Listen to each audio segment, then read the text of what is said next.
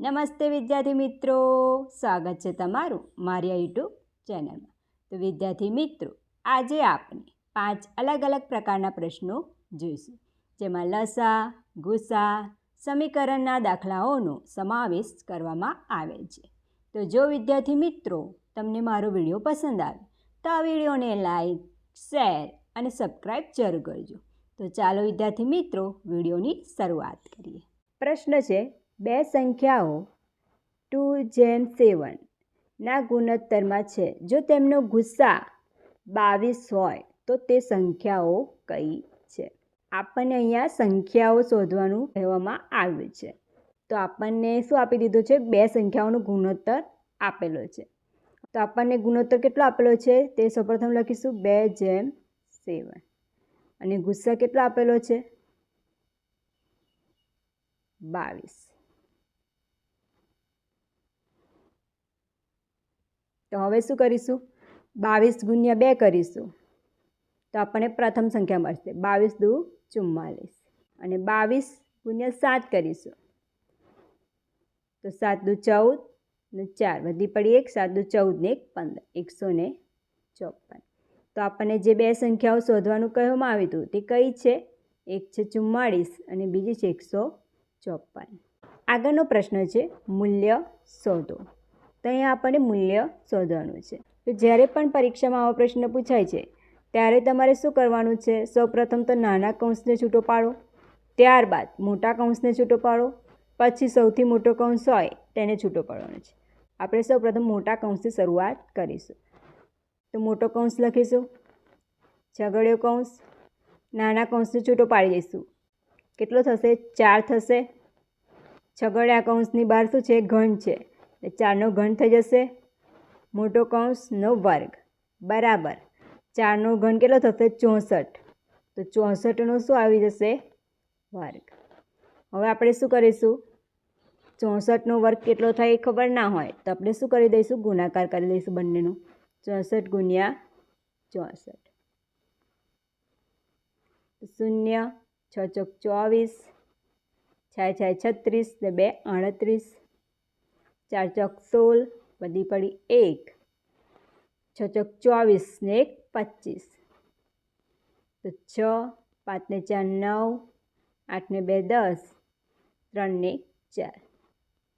તો 40 96.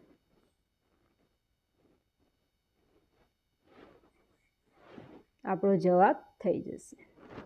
હવે આગળનો પ્રશ્ન છે 35.5 ભાગ્યા 7.1 વત્તા 2.5 ગુણ્યા 2/5 માઇનસ કૌંસમાં 1 - 0.5 કૌંસ પૂરોનું મૂલ્ય શોધો. અહીંયા મૂલ્ય શોધવાનું છે. જેવી રીતે સંકેત અને ઉકેલમાં શોધીએ છીએ તેવી જ રીતે આ પ્રશ્ન છે. અહીંયા તમને કોઈ પણ સંકેત ચેન્જ કરવાના નથી. જે આપેલું છે તે જ રીતે ગણતરી કરવાની છે. તો ગણતરી કરીશું. 35.5 ભાગ્યા 7.1 વત્તા 2.5 ગુણ્યા 2/5 માઇનસ 1 - 0.5. તો અહીંયા આપણે સૌપ્રથમ કૌંસ કરી દઈશું. 35.5 ભાગ્યા 7.1, 2.5 ગુણ્યા 2/5 આ કૌંસમાં આવી જશે સરળતા માટે. તો 35.5 ભાગ્યા 7.1 કરીશું તો 7.1 ગુણ્યા 5 કરીશું તો આપણને કેટલો જવાબ મળી જશે? 35.5 એટલે કે 355 મળી જશે. એટલે અહીંયા જવાબ કેટલો આવશે? 5 આવશે. વત્તા અહીંયા જોઈ શકો છો આ છેદમાં છે એટલે અહીંયા છેદ ઉડી જશે. 5 × 5 = 25 એટલે કે 0.5. 5 દુ 10 એટલે કે પોઈન્ટ નીકળી જશે તો આપણને કેટલો જવાબ મળશે?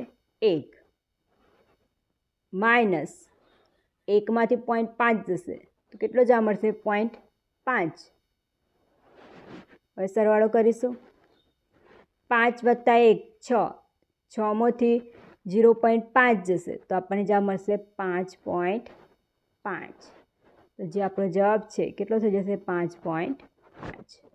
આગળનો પ્રશ્ન છે 27 અને 520નો ન્યૂનતમ સામાન્ય અવયવી ખાલી જગ્યા છે. ન્યૂનતમ એટલે કે લઘુત્તમ, લઘુત્તમ એટલે કે લસા એટલે કે લસા બંનેનો કેટલો થશે. તો આપણને ખબર છે જ્યારે પણ બે સંખ્યા આપેલી હોય અને તેમનો લસા શોધવાનું કહ્યું હોય તો બંનેનું શું કરી દેવાનો? ગુણાકાર. તો 27 ગુણ્યા 520 કરીશું. તો અહીં આપણે કરીએ 520 ગુણ્યા 27. તો 0 0 2 દુ 4 5 દુ 10. હવે વત્તા 7નો ગુણાકાર કરીશું. 0 7 દુ 14 વધી પડી 1 5 સીતા 35 ને 1 36.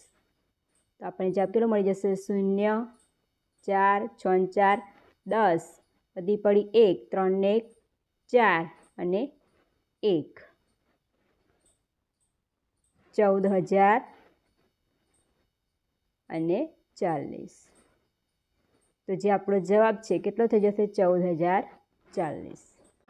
આગળનો પ્રશ્ન છે, જો આપણને 9xy વત્તા 5yz માઇનસ 3zx અને 4yz વત્તા 9zx માઇનસ 4y અને માઇનસ 3xz વત્તા 5x માઇનસ 4xyનો સરવાળો કરીએ તો તેનો જવાબ કેટલો આવશે? તો અહીંયા આપણે સરવાળો કરવાનો છે. તો આપણે સરવાળો કરીશું. પ્રથમ સમીકરણ લઈશું.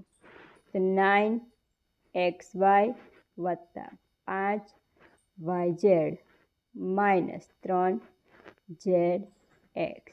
અહીંયા સરવાળો કહે છે તો સરવાળોનું ચિહ્ન મૂકીશું. હવે નીચે જે લખવાનું છે, જેના સરખા સરખા સંકેત હશે તેની નીચે લખવાનું છે. તો yz ક્યાં છે? અહીંયા જોવા મળે છે એટલે 4yz. પ્લસમાં છે એટલે પ્લસ જ રહેશે. પછી વત્તા 9zx. તો zx અહીંયા છે એના નીચે જ લખાશે એટલે વત્તા 9zx માઇનસ 4y.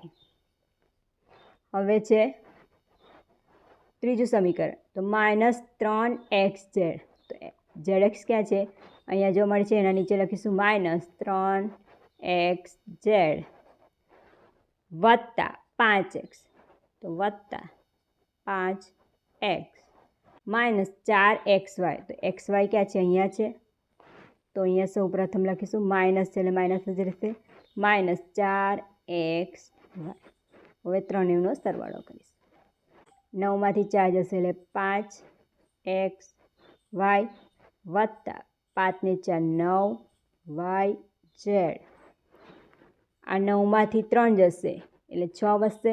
6માંથી 3 જશે તો 3 વધશે. પણ કેવા વધશે? મોટી સંખ્યાનું ચિહ્ન પ્લસ એટલે પ્લસ 3zx વત્તા 5x અને માઇનસ 4y. તો આપણો જવાબ થઈ જશે 5xy વત્તા 9yz વત્તા 3zx વત્તા 5x માઇનસ 4y.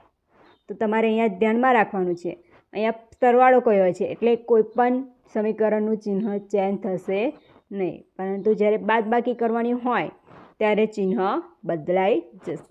તો જો વિદ્યાર્થી મિત્રો તમને મારો આજનો વિડીયો પસંદ આવ્યો હોય તો આ વિડીયોને લાઈક, શેર અને સબસ્ક્રાઈબ જરૂર કરજો. મળીશું એક નવા વિડીયો સાથે.